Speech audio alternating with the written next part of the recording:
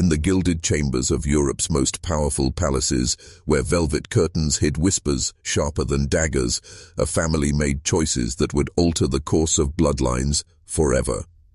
To the world outside, they were divine, God's chosen rulers, destined to reign over empires. But behind closed doors, a different truth emerged, one too disturbing to be written in the official histories. Children were born with twisted jaws, swollen tongues, and minds locked in silence. Kings who could not rule, queens who could not bear healthy heirs, princes who could not even chew their food without choking. This was not fate, it was design. The royal family had sealed its own doom, one marriage at a time, and what they created within their halls was not majesty, but madness. This is the story of what really happened inside the most inbred royal family the world has ever known. A family that placed blood purity above survival, and in doing so, condemned itself. It began with a simple idea: power must never be diluted. Dynasties were obsessed with blood, not as flesh and bone, but as a symbol of control. For centuries, cousins married cousins, uncles married nieces, and bloodlines folded inward like paper creased too many times. At first, no one questioned it. The faces on the throne still looked regal, the crown still shone brightly under cathedral light. But as decades passed, the body began to keep score. Behind portraits of stoic rulers were bodies broken by their very lineage. This was not just a mistake, it was a legacy of decay carved into human form. The most tragic of all was a boy born to be king, but doomed by his own ancestors to live like a shadow of himself. His name would echo through history as the face of royal inbreeding, the final warning of a family that refused to look outward. And yet, they hid it. They covered deformities with robes, silenced rumors with ghosts, and ordered paintings to be flattering rather than truthful. But no matter how tightly secrets were bound, the blood would always tell. And when it spoke, it screamed. He was called Charles, and from the moment of his birth, the whispers began. His mother clutched him in her arms, but even in the flickering candlelight of that royal chamber, attendants could see it. The jaw that did not sit right, the tongue that seemed too large for his mouth, the soft, helpless cry of a child already marked by something far older than himself. To the people of Spain, he was the heir to an empire that stretched across oceans. To those who knew the truth, he was the product of centuries of folded blood, of marriages where cousins and uncles became fathers at once. They called him the bewitched king, though the curse was not witchcraft, it was the family itself. Charles II of Spain was never meant to carry the weight of a crown. He could not walk until he was nearly 8. He did not speak until he was 4. His body grew, but it was fragile, brittle, collapsing under the burden of its own ancestry. Yet none of this stopped the court from insisting he was fit to rule. The dynasty was desperate. They needed the illusion of strength, even if the reality was a boy locked inside a failing body.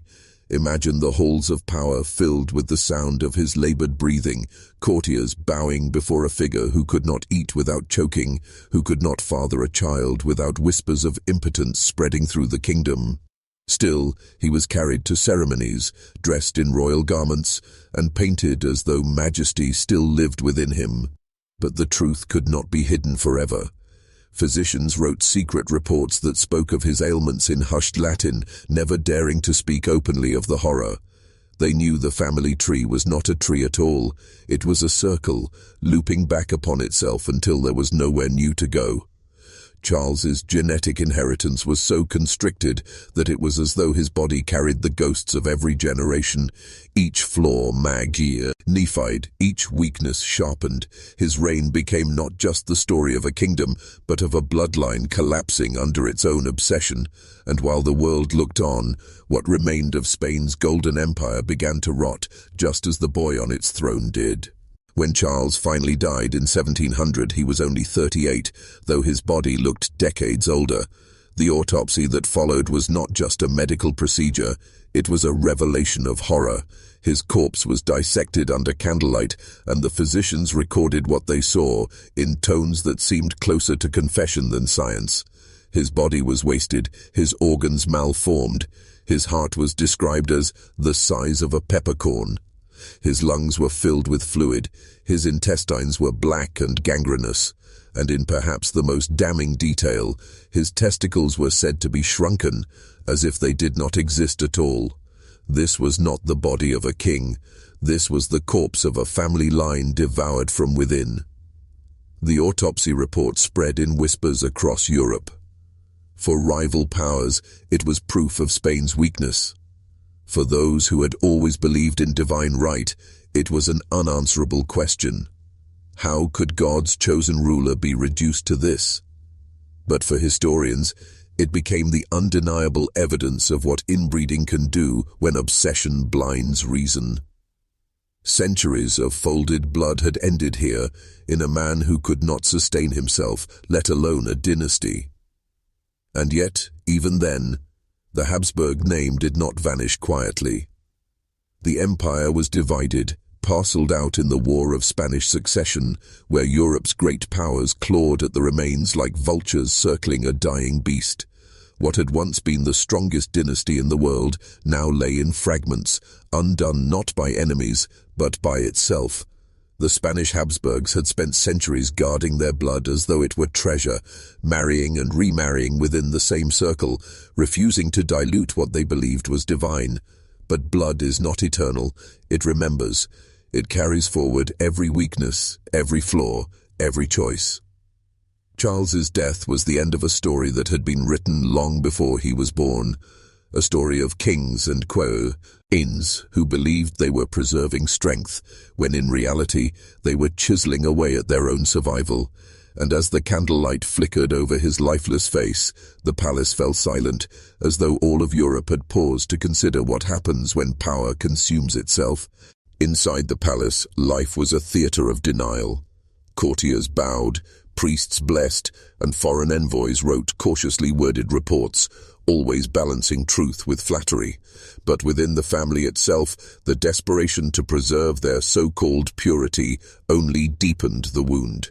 Charles was married twice, each time to a woman who carried the same tangled blood.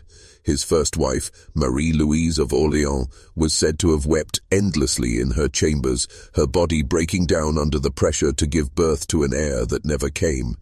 They whispered that she starved herself, that her spirit withered in those vast and lonely halls until death took her at just 26. The official word was illness. The truth was despair.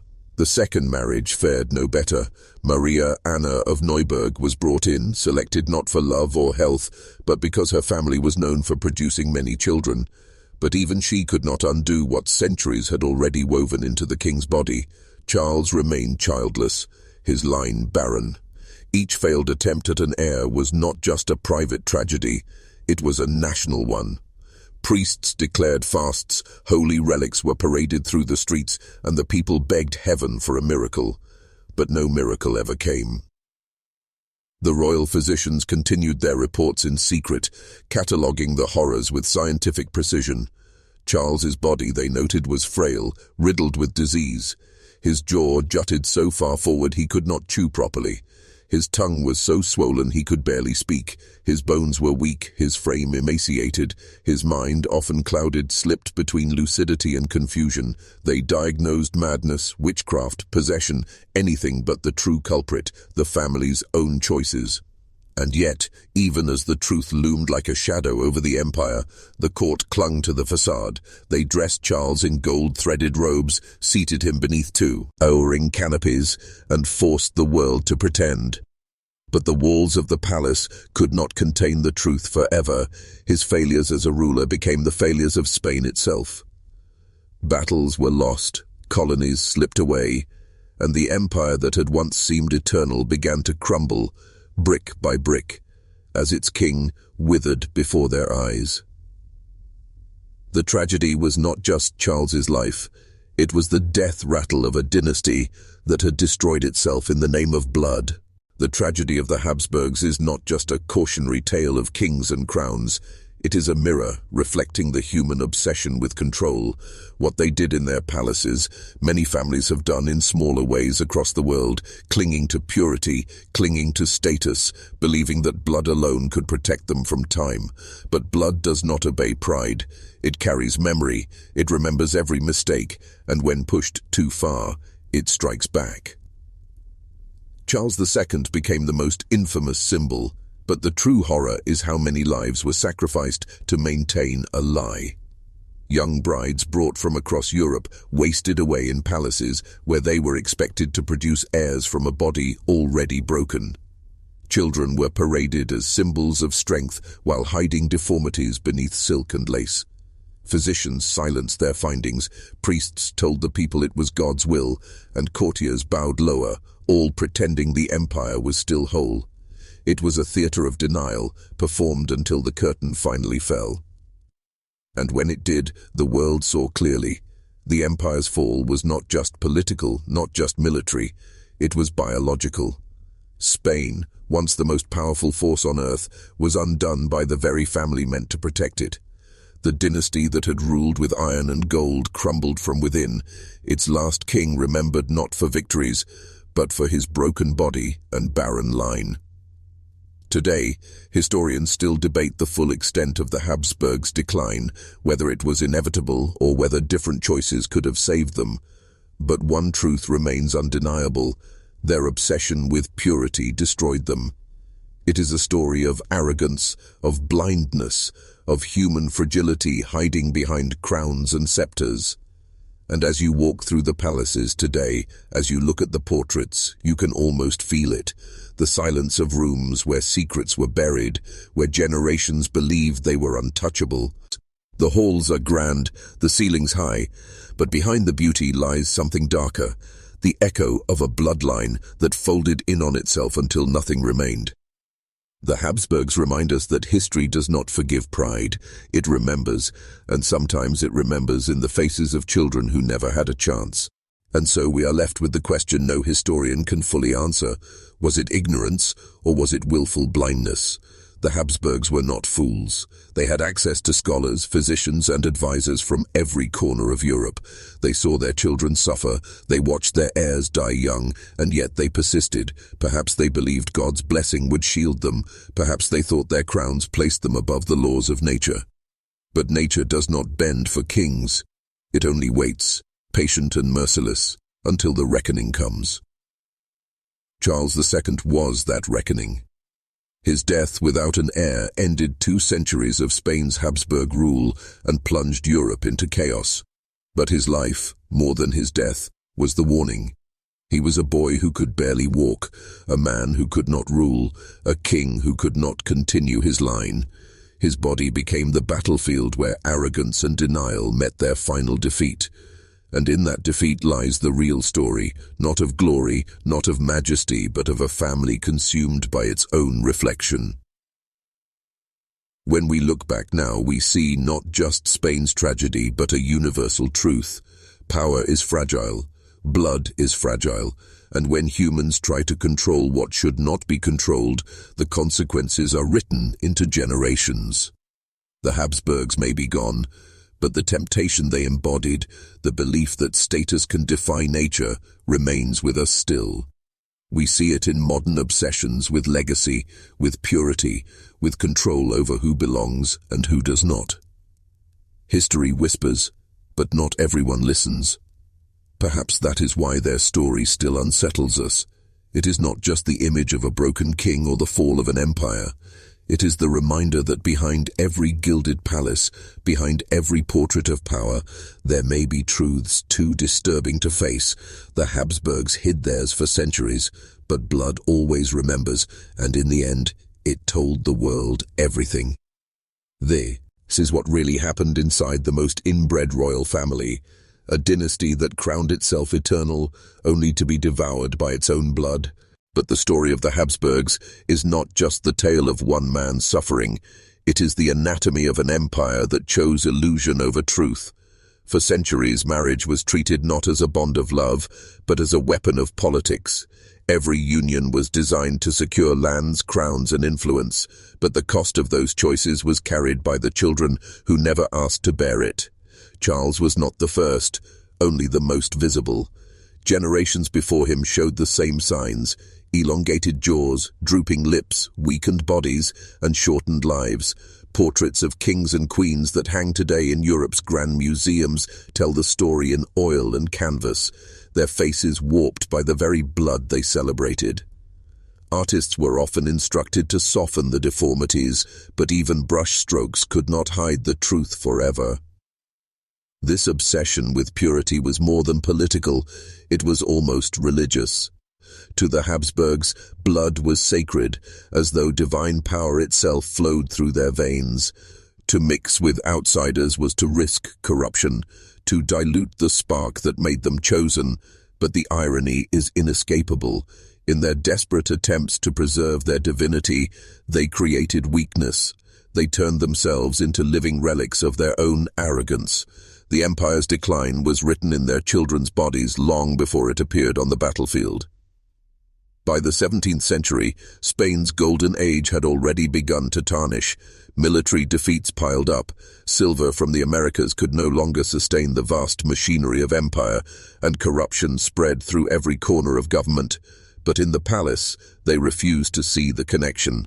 They thought their failures were external: wars, enemies, treachery. The real enemy was closer than they dared to admit. It was in their bedrooms, in their nurseries, in the cradles of every child born with too much of the same blood. And yet, even as the dynasty collapsed, the legend of their majesty endured. To the world, the Habsburgs were still symbols of grandeur, their castles rising like monuments to eternity. But look closely at the history, and you see not eternity, but fragility. Not divine power, but human folly, repeated until the blood itself could take no more. If you're still watching, you're already braver than most. Tell us in the comments, what would you have done if this was your bloodline?